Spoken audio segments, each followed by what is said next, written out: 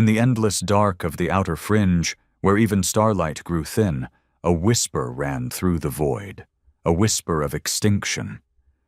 No one knew where it started, but the aftermath was undeniable. Systems that once glittered with trade, pride, and power now lay in ruin. Cores cracked, fleets vaporized, rulers dead or vanished. There was no warning, no declaration, just silence. Then fire. Before the fall, they called us primitive. Earth was that speck of blue barely holding its ground on the galactic map. We weren't part of the Galactic Council. We weren't even a registered sovereign species by their standards. They said we were still fighting each other with metal bullets and atmospheric vehicles. And maybe we were, on the surface. But under that surface, far beneath the oceans and buried within dead moons, we built gods. He remembered the first one. Not the warship itself, but the meeting where it was approved.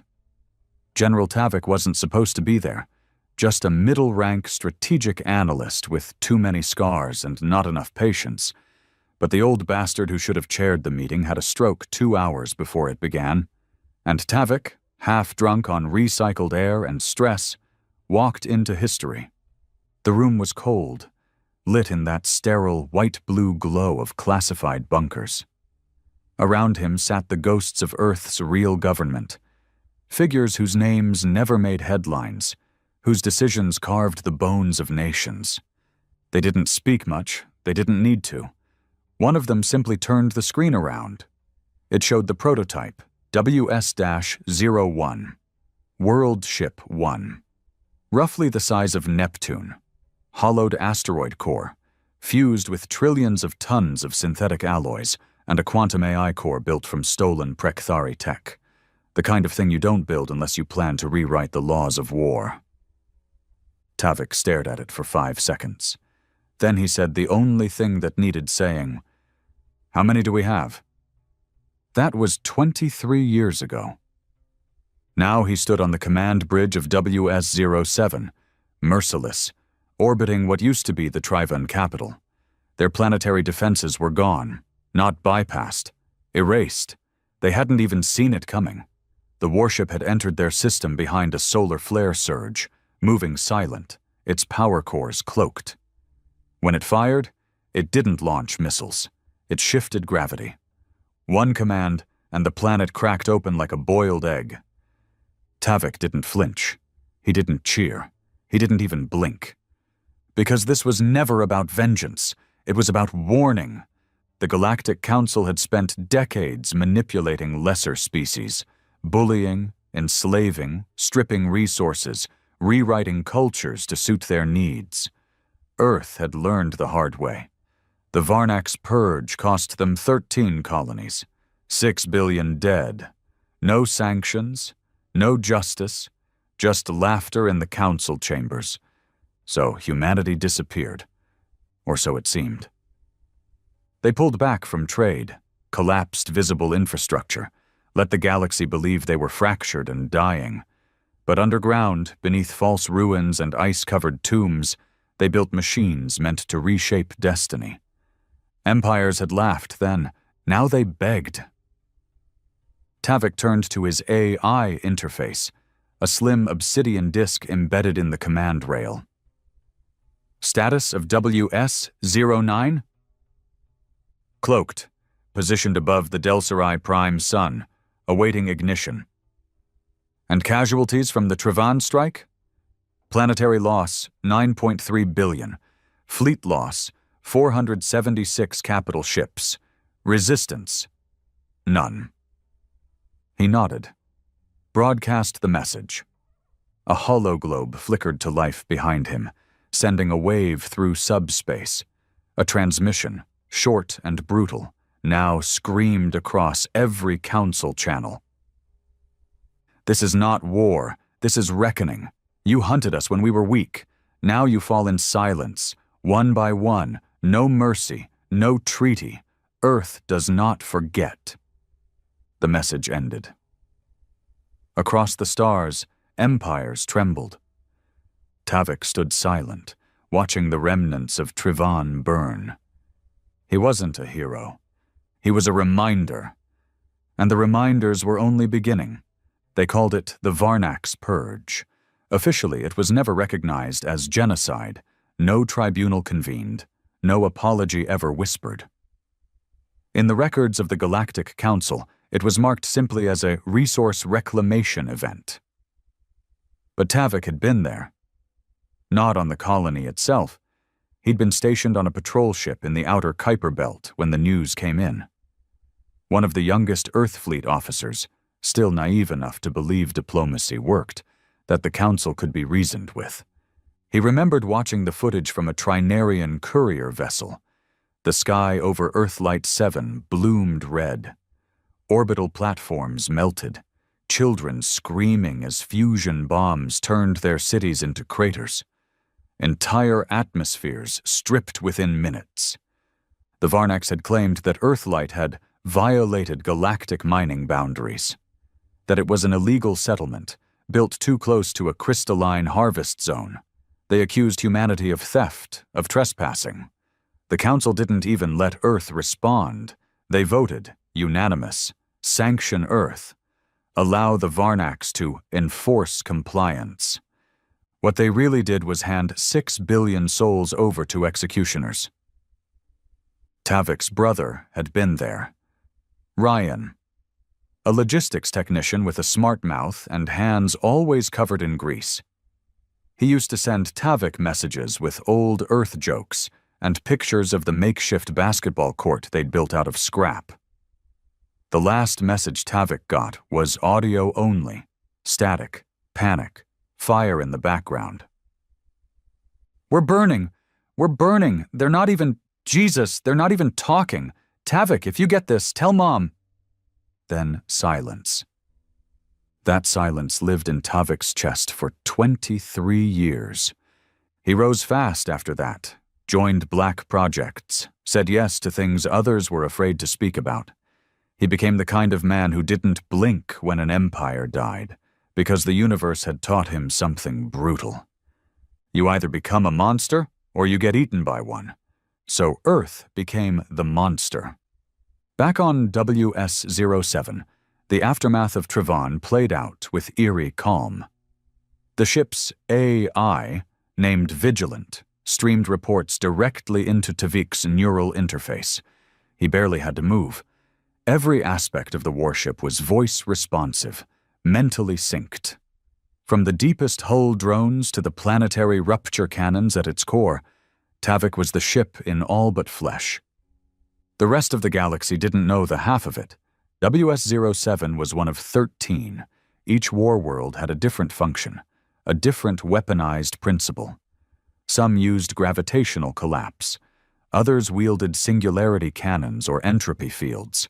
WS-09, the one parked above Delsorai's sun, was a solar igniter. It could destabilize stellar cores and cause stars to nova. Not just destroy planets, erase entire systems. Earth had stolen tech from every empire that ever crossed them. Biological weaponry from the Threshari, temporal manipulation from the Ekari, even emotion interference systems from the Dirzan, tools to make enemies feel despair, guilt, confusion on a massive scale. Humanity didn't just learn from its enemies, it outpaced them. In the command deck, Tavik's second-in-command entered.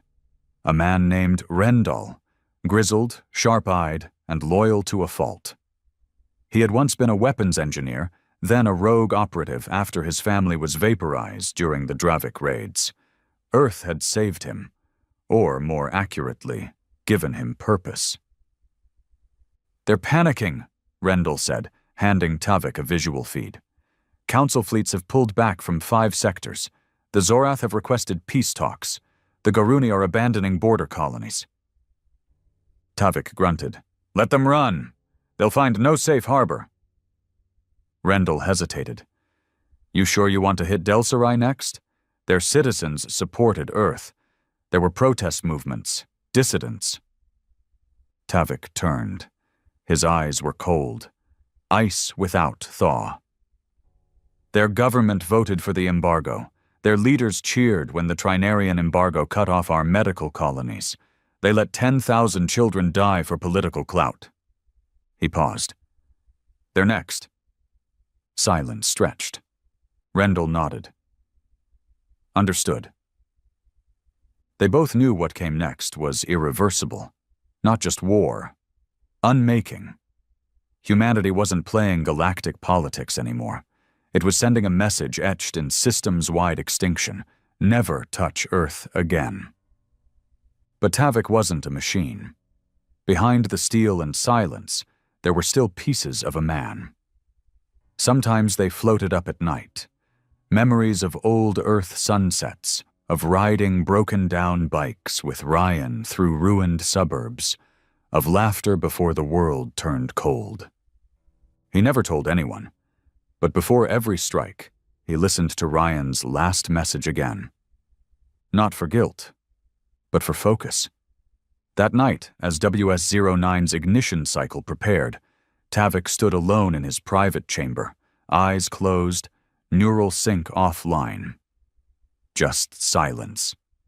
And in that silence, the echo returned. "They're not even talking, Tavik, if you get this." He clenched his jaw, not to hold back pain, to hold back peace. The world wasn't ready for peace, not yet. Not until the last empire who ever tasted joy from Earth's suffering begged for darkness. When he returned to the bridge, the countdown had begun. WS-09 standing by, Vigilant announced. Solar ignition parameters optimal. Del Sarai star will reach critical phase within 31.2 minutes of detonation. Evacuation warnings? None. We remain undetected. Tavik inhaled. Fire. A burst of command data surged through hyperspace, piercing the gap between war worlds like a whisper through silk. On a far-flung system, a false asteroid unfolded. Spines extended, energy spikes charged, and a spear of modified dark matter injected itself into the Del Sarai star. The sun trembled. Then it began to scream. Across the system, watchers panicked as their light began to flicker. Gravitational waves knocked satellites out of orbit. The sky went from gold to sickly blue, then red, then black, and then it exploded. One sun, 6 planets, 12 billion souls. Gone. When the reports reached the Council, they did not debate. They did not convene. They collapsed. A dozen worlds demanded emergency secession from Council oversight. Others turned inward, shrouding themselves in primitive defense nets. But none of it mattered. Because by then, the question was not how many ships did Earth build. The question was, how many are left? And who's next? Tavik stood again at the bridge, watching the star flare out in a plume of cosmic fire. He didn't smile. He didn't curse. He simply whispered, 2 down. And the darkness whispered back, 11 to go. The galaxy began to fracture. Del Sarai's destruction didn't just wipe out a system, it shattered the illusion of control. The Galactic Council, once a towering structure of bureaucracy, military might, and political manipulation, now resembled a wounded animal. Its members no longer met in their fortified citadel above Sarian Prime. They hid in undisclosed locations, connected only by encrypted bursts of communication. Half of them didn't even bother to respond. Others sent desperate messages into deep space, hoping to find allies, hiding places, or salvation. But salvation didn't come. What came instead was a single repeated message, playing on every frequency, breaking through every shield and firewall. Earth remembers. Earth repays. Tavik had that phrase carved above the entrance to the War Council chamber of WS-07. It was crude, burned into the reinforced steel with a plasma torch. No digital banner, no elegant display, just a reminder. Because for the first time in recorded galactic history, the Council wasn't at war with an alien empire. It was at war with an idea that a species could rise from the ashes without permission and strike back so hard it made the stars weep. But Tavik knew the path ahead wasn't all fire and dominance. Trouble was brewing, not from outside, but from within. WS-03 Iron Will had gone silent. It wasn't an enemy attack. No fleet, no weapon in known space could touch a world ship. If any alien had tried, they'd be stardust now. No, the silence was internal, a mutiny. They called themselves the Sanctionists, human-born, Earth-raised officers and crew who believed Tavik had gone too far. That wiping out billions, no matter how complicit, made Earth no better than its enemies. They believed in restraint, in diplomacy returning when fear had done its job. Fools. Tavik had known some cracks would appear. People born after the Purge. People raised in the secrecy of Earth's underground rebirth, but who never felt the cold snap of loss firsthand. To them, the galaxy's agony was theoretical. To Tavik, it was blood on the floor, bones in dust. He stood in the gravity chamber watching a simulated reenactment of Earthlight 7's last hours. He had it built not for remembrance, but for clarity. Cities exploded again and again in digital fire. Civilians screamed, children ran through smoke. Then silence, always silence. Rendell approached, grim.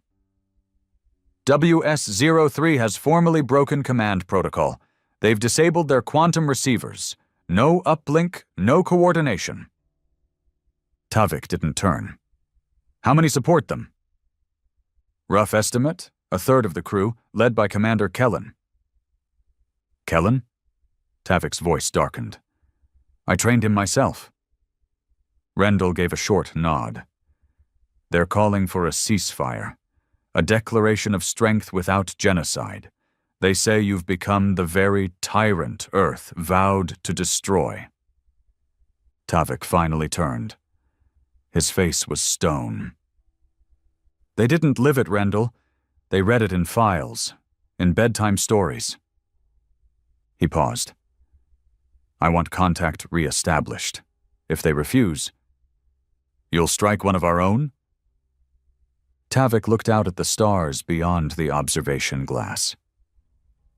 If Earth shows hesitation now, even once, the entire galaxy will turn on us. They fear us because we've become unpredictable, because we do what they never believed possible. Rendell said nothing, but his silence spoke louder than any protest. Aboard WS-03, Commander Kellen stood before his own war council. The room wasn't as brutal as Tavik's. Sleek walls, smoother design, Earth's newer generation of thinkers. Scientists, diplomats, military hybrids. They had grown up in the planning phase of the world ships, not the fire that birthed the need for them. We can't keep doing this, Kellen said, standing before his officers. Delsarai wasn't an enemy world. Yes, their leaders supported sanctions, but billions of innocent civilians lived there. Do you think they all voted? That every child in that system deserved to burn in a starburst? One of the younger officers, a girl barely 25, spoke up. If we stop now, won't that show weakness? Won't the Council retaliate the second they think we're backing off? Kellen nodded. That's the balance. We need strength, but with principle. Tavik is turning Earth's name into a curse, a warning whispered in horror. That's not leadership. That's a war crime machine on autopilot. The room was split. Fear lingered. Loyalty to Earth, to Tavik, to vengeance. It all clashed in unspoken tension. But Kellen was steady, and dangerous in his conviction. We take WS-03 to the edge of neutral space. We send a message, not to the Council, but to Earth. A demand to end the campaign, to open diplomacy under the shadow of our power. And if Tavik says no? Kellen's jaw tightened. Then we show him Earth's future doesn't belong to his ghosts. Back on WS-07, Tavik watched the latest footage. Kellen's ship, parked in the Omega Drift, broadcasting messages of peace, begging council remnants for a summit. It wasn't betrayal. It was stupidity. He had once called Kellen a son. Now he saw him for what he really was, a weak link. "Prepare WS-12, Tavik ordered. Rendell blinked. 12? The Forge? WS-12 was the newest world ship, still being tested. Its core weapon wasn't physical destruction, but biological. It carried the Genoblite, a virus designed not to kill, but to rewrite.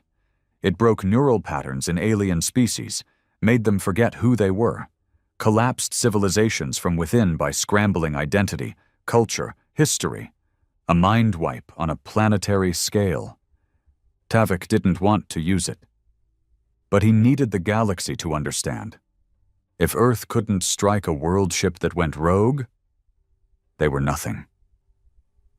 "Rendell," he said quietly, "contact Kellen.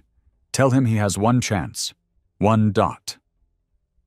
"And if he refuses?" Tavik stared at the stars. "Then we erase the mutiny. Mind, memory, and name." While Tavik played the long game of control and fear, something else stirred in the ruins of Del Sarai. Not all of its people had died. A few military vessels had escaped before the star ignited, scattered, lost, but not broken. Among them, a woman named Commander Aris survived. Her ship was shielded deep within a gas giant during the ignition.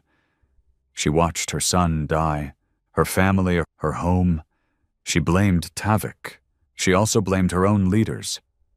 And now she gathered what little remained of her civilization, turning from mourning to purpose. She wasn't going to beg for help from the council. She wasn't going to cry for justice. She was going to do what no one else had managed. She was going to hunt the Warmaker himself. Earth thought it was unstoppable, but vengeance was universal. And sometimes, a single ember from a burned world was all it took to light an inferno. Kellen stood alone in the observation chamber of WS-03 Iron Will, staring at the edge of the Omega Drift. The stars here were quieter, more distant, as if the galaxy itself held its breath. His hands were clasped behind his back, but the tension in his shoulders betrayed the war he was fighting inside. He knew Tavik would come. Maybe not with words, maybe not with reason. But he would come. Tavik didn't tolerate dissent. He didn't just destroy empires. He erased hesitation. The message Kellen sent to Earth hadn't been a declaration of rebellion. Not in his eyes. It was a call for balance, a plea to remember humanity's soul before it burned away completely. But in Tavik's mind, that probably registered as treason. Weakness. Kellen had once idolized the man. In the early years, Tavik had been a symbol of resistance, a survivor who turned pain into resolve. But now he had become something else entirely, a force of destruction without pause. Behind Kellen, Lieutenant Merrill entered the chamber. "They're coming." "How many?" WS-12 for sure. No escorts on radar yet, but likely more behind the veil. Kellen sighed. "He sent the Forge." Merrill didn't speak. The implications were already clear. WS-12 was a prototype. Unleashed this early, it meant one thing. Tavik wasn't coming to negotiate. He was coming to dismantle them.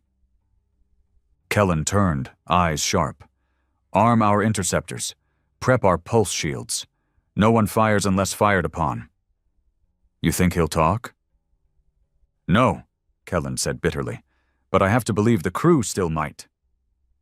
Across the stars, aboard WS-12 The Forge, Tavik stood in the tactical core, face lit by crimson data streams.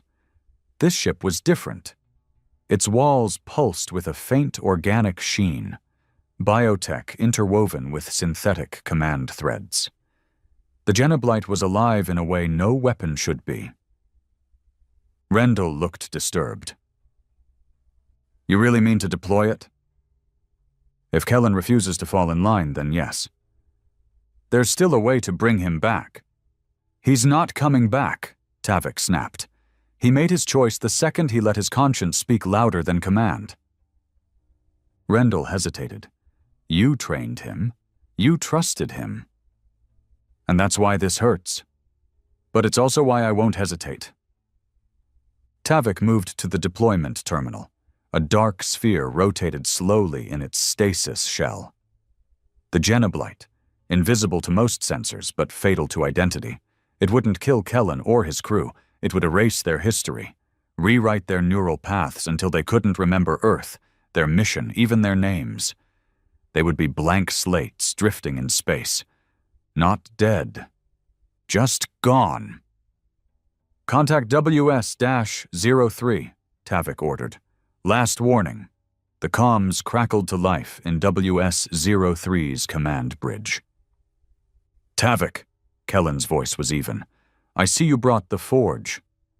Tavik's voice replied with the weight of finality. You are in violation of command protocol. You've broadcast unauthorized messages to enemy channels. You've broken formation and gone dark for 72 hours. You are hereby considered compromised. I'm not compromised, Kellen replied. I'm conscious. You've killed nearly 20 billion beings across 3 systems. You've become what they feared. Worse than what they ever were. Tavik said nothing for a beat, then, stand down. Return to Earth Fleet coordination, or you'll be nullified. Nullified? These are human lives, Tavik. No, Tavik said coldly. These are ghosts, hollow men carrying ideals that died with Earthlight 7. The world you want back doesn't exist. Only survival does now. The channel cut. Kellen stood in silence. Merrill looked pale. What do we do? Kellen turned to his officers. Ready our own quantum scramblers. If he deploys the virus, we'll scatter. I'd rather vanish into exile than become a shell of myself. A younger tech spoke up. Sir, incoming spike. WS-12 is arming the payload. Kellen's jaw tightened. So it's come to this. Shield up. All decks prepare for electromagnetic fallback. Then, something unexpected happened. In the darkness beyond both ships, another signal flared to life. Unregistered, unknown. A vessel decloaked. Not Council, not Earth Fleet. And not small. The bridge of WS-03 lit up in warning. Unknown vessel approaching. Massive displacement. Unknown energy signature. They were cloaked until now. Merrill squinted. It's not Tavik, not us. Who the hell is that? Kellen's face hardened. Then the message came through. A voice. Cold. Female. This is Commander Eris of the Delsarai Sovereign Remnant. You killed my world. Now I end yours. And just like that, the battlefield shifted.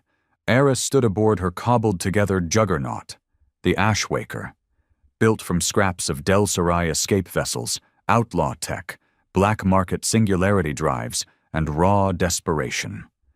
It was no world ship, but it was a monster all its own. She had spent months in hiding, rebuilding, watching, and when she saw Tavik prepare to attack his own, she saw opportunity. Weakness. You built your monsters, Earth, she whispered, but you didn't see the ones you created in us. She launched the first strike. Not at Tavik, at Kellen, not because she knew who he was, but because she wanted Earth to bleed first inside. Let them destroy each other. Let them tear themselves apart while she fed the fire. WS-03 rocked violently. "They're attacking us!" a lieutenant shouted. "Not Tavik?" "No, Delsarai." Kellen cursed. "Open hails. Tell them we're not part of Tavik's strikes. We stood down." No response. A second barrage slammed into their hull. The ship's left armory vented into space. "They're jamming comms." Kellen turned, furious. "All shields forward. We'll deal with Tavik later." He didn't realize it yet, but Eris had done what the Council never could.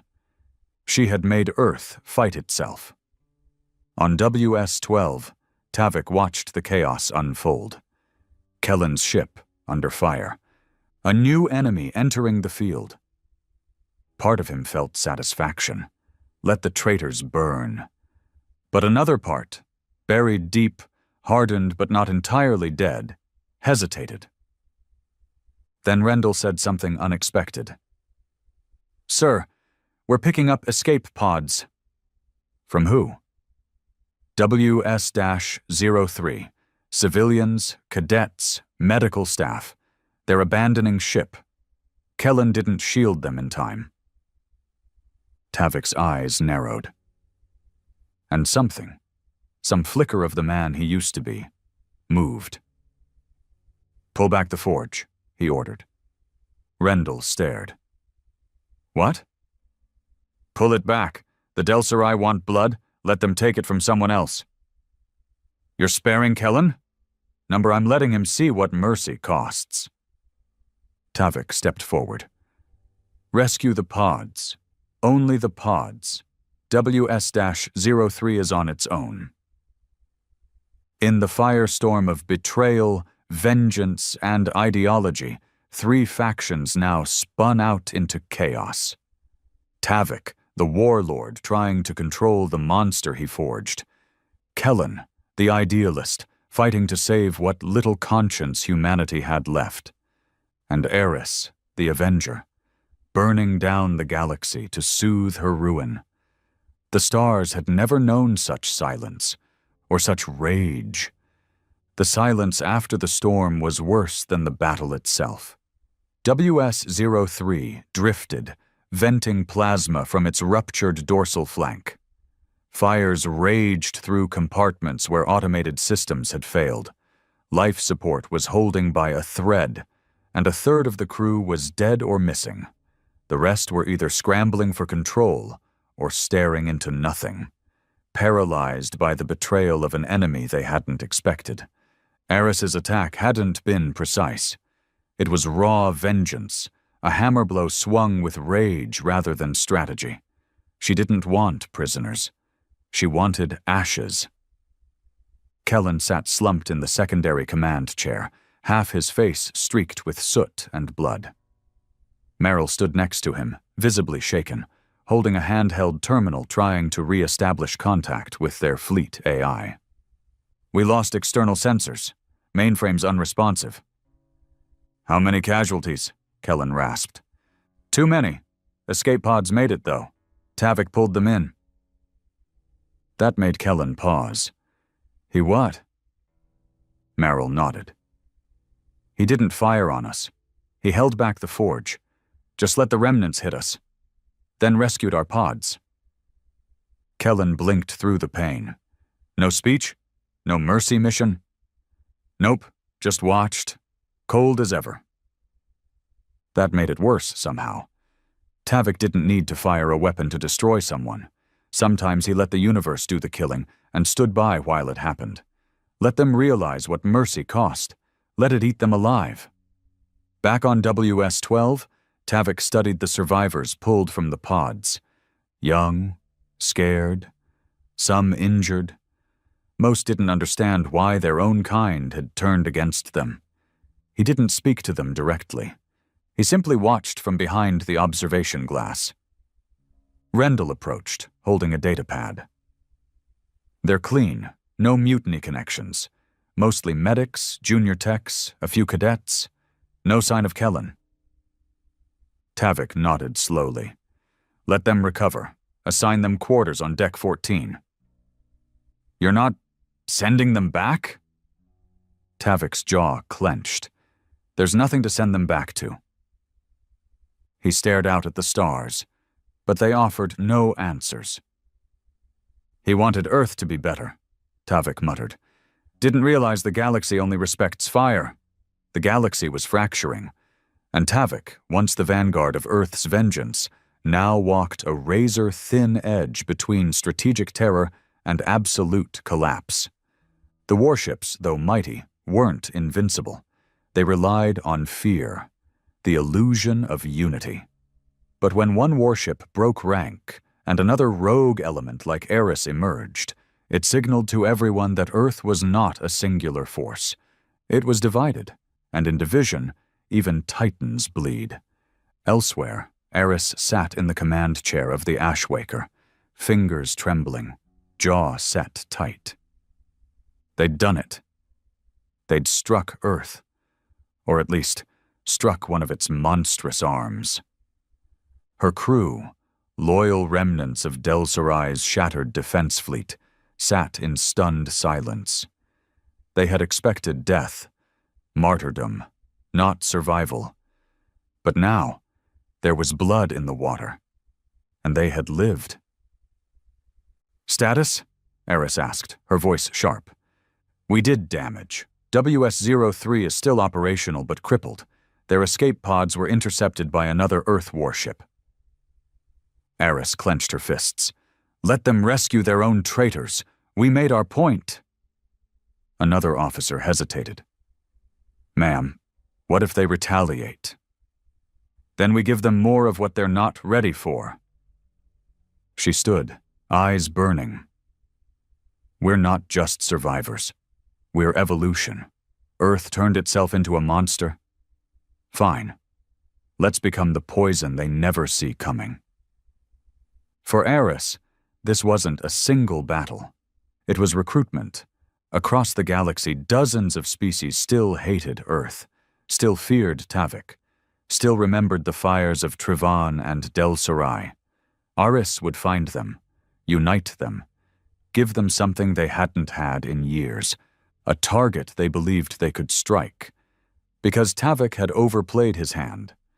And when you build weapons that burn entire systems, everyone eventually wants a match. Back on WS-07, Tavik returned from the refugee deck to the command chamber.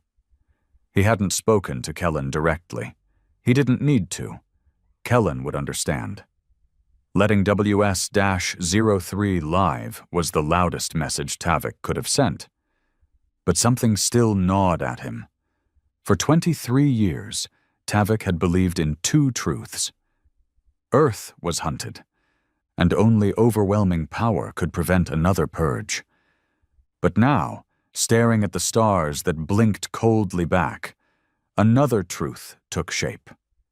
He had no exit strategy, no plan for peace, no path to reconciliation, only more war, more destruction. And that realization, no matter how buried, began to rot in the back of his mind. He turned to Vigilant, the AI of WS-07. "Status of Council communications." "Dormant," the AI replied. "Encrypted pings continue across dormant relay networks, most factions in disarray, some new chatter from outer fringe." "What kind of chatter?"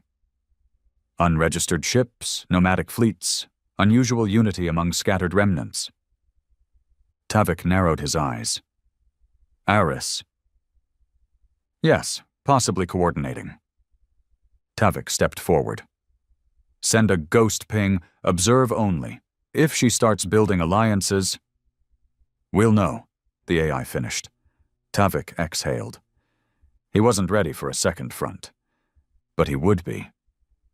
Kellen, meanwhile, lay in WS-03's medbay.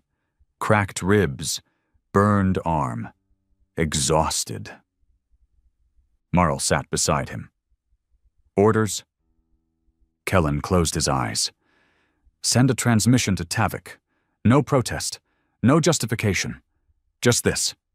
We stood for something, and that's why we survived." "Do you think he'll understand?" "No," Kellen whispered. But maybe someone else will.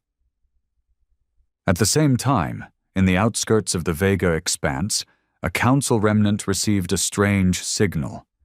Encrypted, ancient, it carried a single phrase in a dead language, but they knew it well. Earth remembers. And beneath it, something new.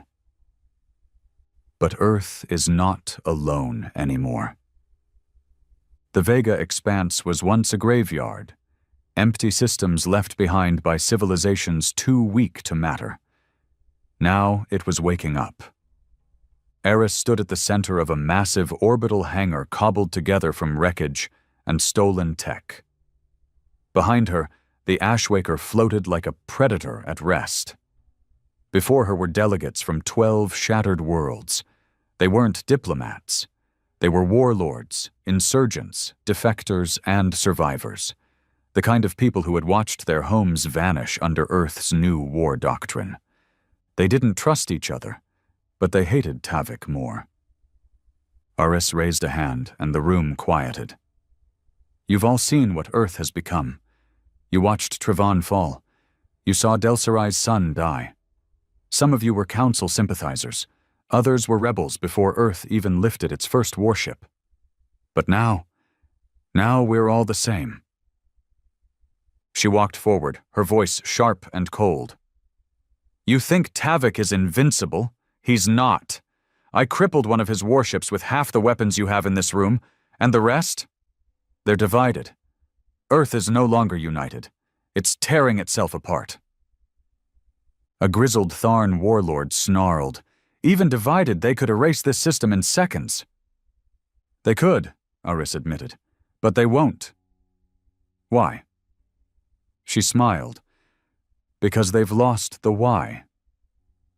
She stepped back and activated a holofeed. It showed the survivors of WS-03, the ones Tavik had rescued.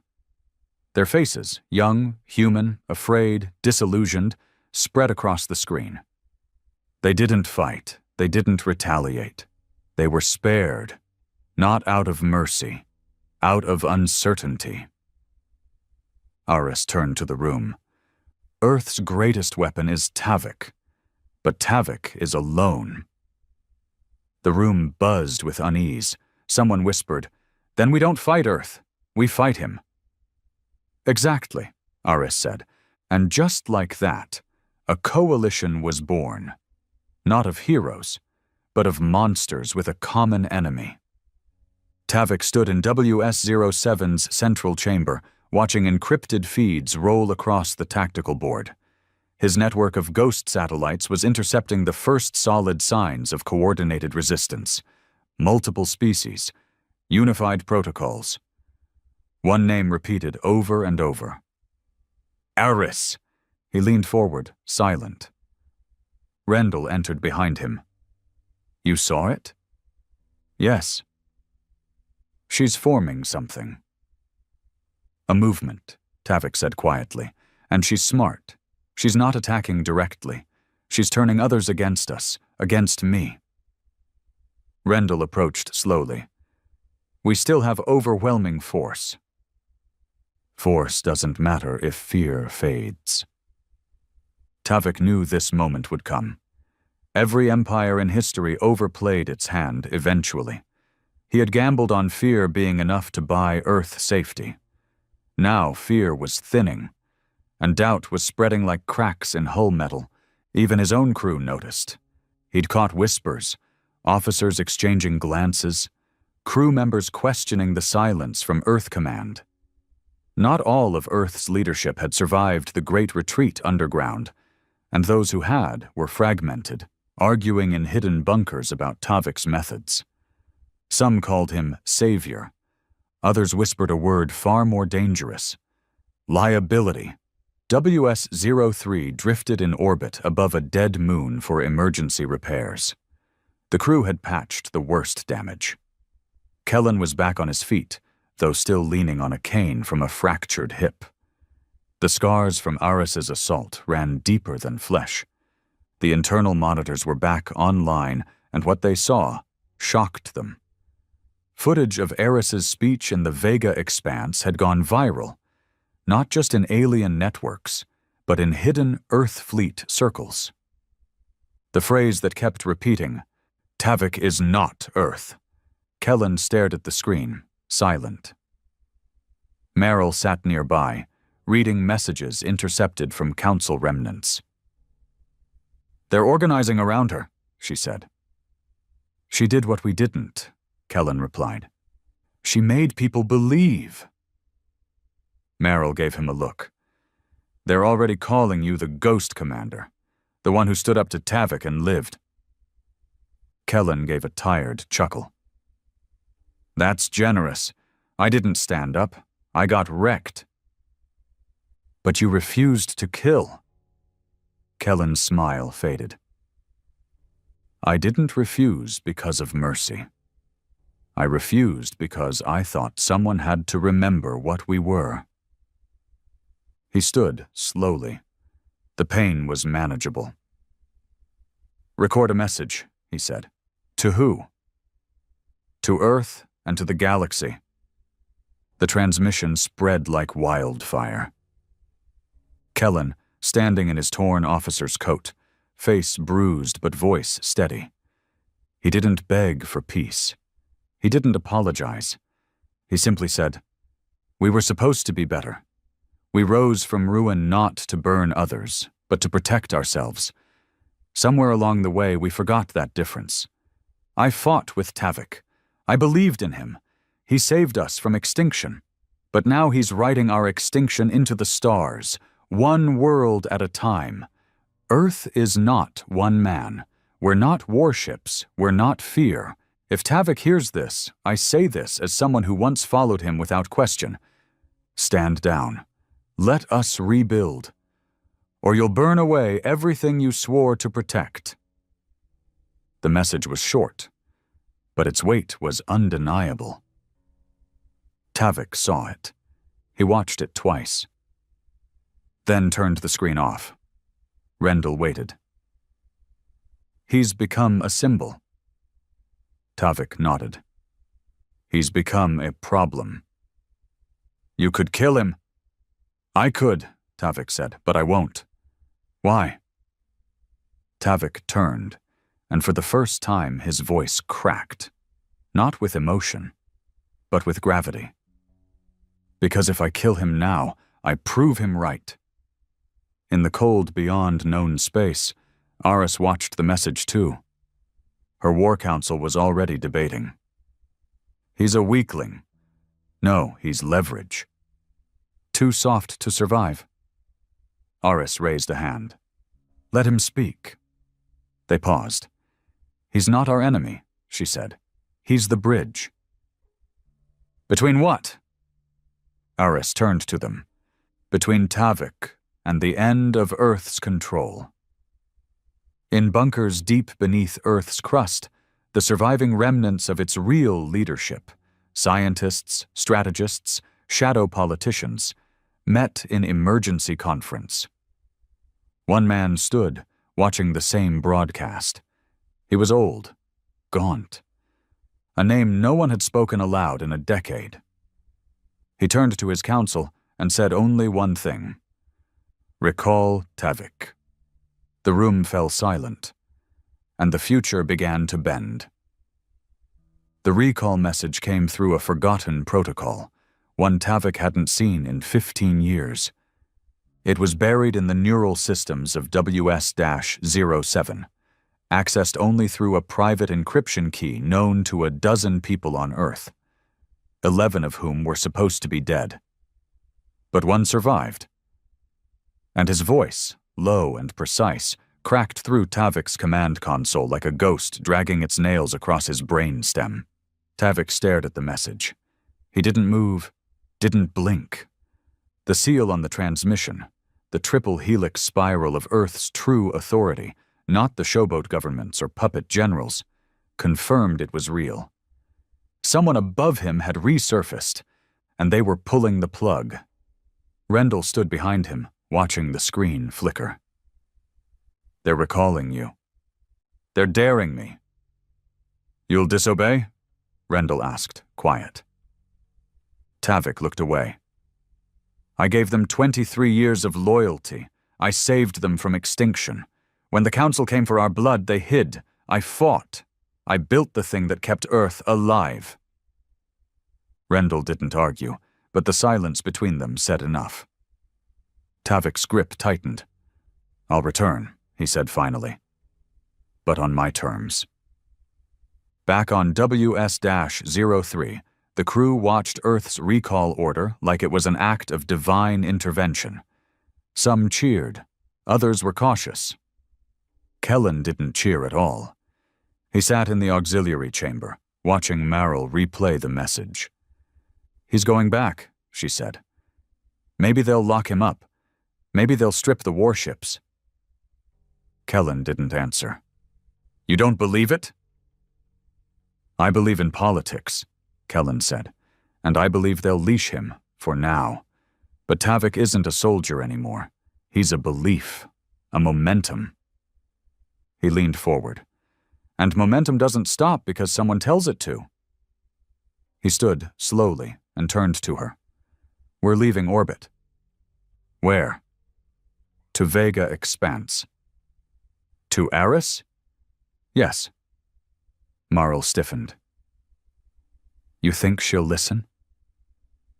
No, Kellen said honestly, but she's winning, and if we don't stand between her and what comes next, she'll burn Earth down just to feel even. He paused. And I won't let humanity become a warning. Eris stood in her chamber, watching fleets arrive. What had started as a scattered resistance was now a mobile armada. 37 ships, spread across 6 species. Some old Council destroyers, others were scrap-built, barely spaceworthy, but they all shared one thing. Hatred. Not just for Earth, but for Tavik, for what he represented. Her tech officer approached. WS-03 has left lunar orbit. They're heading here. Eris nodded. Let them. He's not Tavik. The officer hesitated. You think Kellen will fight? No, Eris said. I think he'll try to stop us. The officer tilted his head. From what? Eris looked out the viewport. The end. Tavik docked WS-07 in high Earth orbit, flanked by 3 escort drones and a silent welcome. No grand ceremony, no parade, only silence. He exited alone. No security met him. Only one man, old, bald, eyes sunken by time. Director Halver. Once the chief of Earth Strategic Command, now a myth whispered by inner circle planners. You're late, Halver said. You're alive, Tavik replied. Halver gave a ghost of a smile. They entered the old command compound deep beneath Greenland's ice shelf, untouched since the collapse, a place where Earth's secret decisions were made long before the Council ever knew Earth was awake. They walked in silence until they reached the command chamber. Screens flickered. Satellites showed galactic chaos. The war Tavik had started had spread. You burned too much, Halver said. I made Earth safe. You made us a target.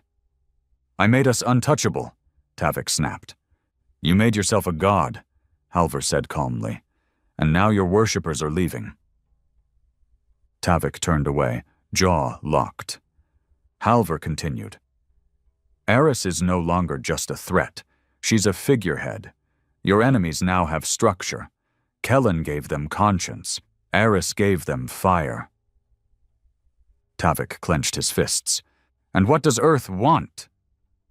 Halver stared. We want peace. Tavik scoffed. There's no peace with ghosts. Halver's voice dropped. There's no future with you. The words hit harder than any fleet blast. Tavik didn't respond. He simply turned and walked away. In the Vega Expanse, WS-03 arrived near the Coalition fleet. No one opened fire, but every cannon was aimed. Aris met Kellen aboard a neutral vessel. The meeting was tense. No guards, just two leaders who should have been enemies. She studied him like a broken weapon. "You look tired."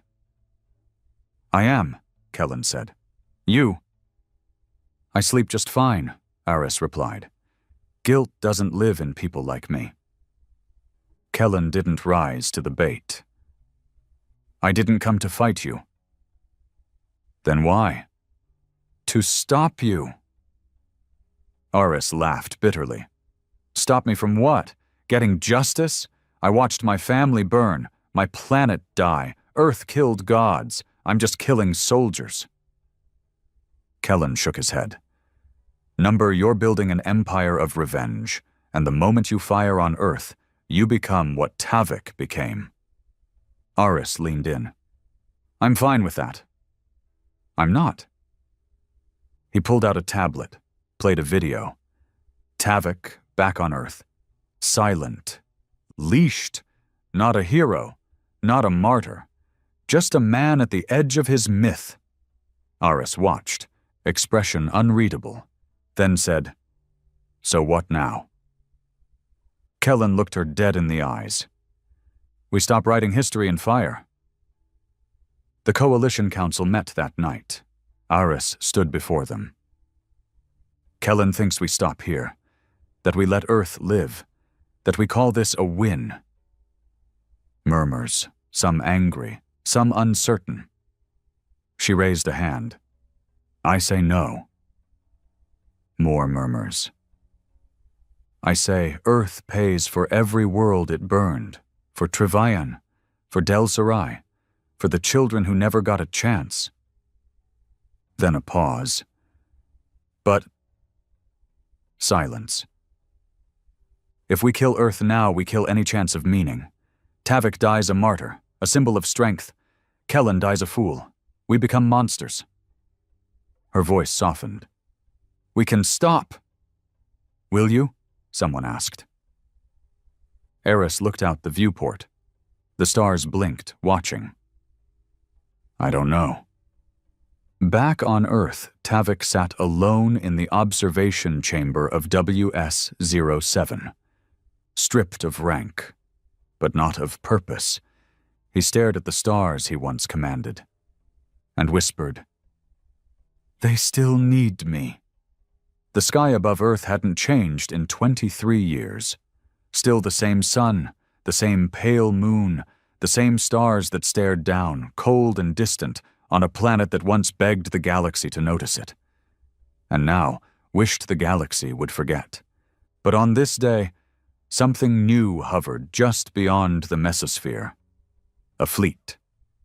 Not Tavik's, not Earth's. The Coalition. 58 ships, 6 species, 1 target. They didn't hide. They didn't broadcast threats. They just waited, because inside the lead ship, Ashwaker, Commander Aris was waiting too. Waiting to see if Earth would respond with Tavik's flame, or Kellen's restraint. In the deep command bunkers, Earth's emergency cabinet sat in silence, eyes fixed on orbital monitors. Tavik sat at the edge of the room, no longer in uniform, no longer in control, yet still the only man every single person in that room feared. Director Halver turned to him. "What would you do?" Tavik leaned forward slowly. "Target their engines. Disable half. Warn the rest. They'll back down. They might fire first." Tavik's eyes didn't blink. "Then you give them a reason never to fire again." Halver looked to the others. "We didn't recall him to lead another massacre." Tavik stood. "Then you should have let me die out there." He left the room. No one stopped him. Outside, high above the atmosphere, the warships waited. On the bridge of Ashwaker, Aris stared at Earth through her viewport. "Any movement?" she asked. Her XO shook his head. "Radio silence. They're watching us, waiting." A long pause. Then, Kellen has landed. Aris exhaled. And? He's heading into Earth Command alone. No escort, no shield, just a man with nothing left to protect but the truth. Kellen descended into the deepest level of the bunker and found Tavik standing in the observation corridor of WS-07. They hadn't spoken face-to-face since before the Del Sarai strike. He walked in slow, his cane tapping like a metronome marking the end of an era. Tavik didn't turn. "You shouldn't be here," Tavik said quietly. "Someone has to be," Kellen replied. Tavik sighed. "They want peace." "And you?" Tavik finally turned. "They're weak." "No," Kellen said. "They're tired." Tavik stepped forward, close enough to stare directly into Kellen's scarred face. "You think Aris will stop? You think she came here to talk?" "I don't know what she came for," Kellen replied, "but I came here to end this." Tavik scoffed. "You came here to beg." "No," Kellen said, voice firm. "I came here to remind you what you started this for, what we all started this for." "Survival," Tavik snapped. "No," Kellen whispered. "Remembrance." And Tavik froze, because the word hit him harder than any weapon ever could. On the Ashwaker, Aris paced. Still no missiles, still no voice from Earth. Then a light blinked. Incoming transmission. From Earth. She braced. "Play it." It was Kellen. Tired, weathered, but unbroken. "This is Commander Kellen of WS-03. We've made mistakes, we've killed, we've burned. But not because we loved war, because we feared silence. Fear made us dangerous. Tavik made us safe. But safety built on fear becomes a prison. Today I speak not as a commander, but as a human. We remember Trivan, Del Sarai, Earthlight. We remember all the dead. So if this is the day we die, then let it be in truth. But if it's the day we live, then let it be in memory. I ask for one act of peace, one day, one step." Silence followed. Aris sat still. No one spoke. Then her hands moved. She opened a channel. To Earth. On Earth, the emergency chamber held its breath. "Transmission from Ashwaker. Put it through." Aris appeared. No rage, no threat, just eyes that had seen too much loss. "I buried my children under a dead sun. I swore I'd see Earth bleed for it. But now I see a man who gave me back choice. We'll stand down. For now. But Earth must stand down too. Dismantle your warships. Tear down your god machines. Or next time, no one walks away." The message ended. And Earth didn't fire. Neither did she. 3 days later, in the Vega expanse, Aris stepped onto the council platform, not as a warlord, but as a representative. She didn't smile. She didn't apologize. But she laid down her weapons. Beside her, Kellen stood in silence. He'd made no speeches, but somehow, in surviving Tavik, he became louder than Tavik ever was. WS-07 was decommissioned, its core dismantled, its AI purged. Tavik watched the process in silence. He didn't protest, didn't ask for his rank, didn't ask for forgiveness. He simply said to Rendell, the last friend he had, "Tell them I never wanted to be remembered, just feared." And then he walked into obscurity. No grave, no monument, just silence. Years passed. The galaxy remembered Earth, not as a tyrant, not as a saint, but as a scar. And in that scar grew something like peace. Not perfect, but earned. The warships were gone. The Council never rebuilt. And the stars, for once, went quiet.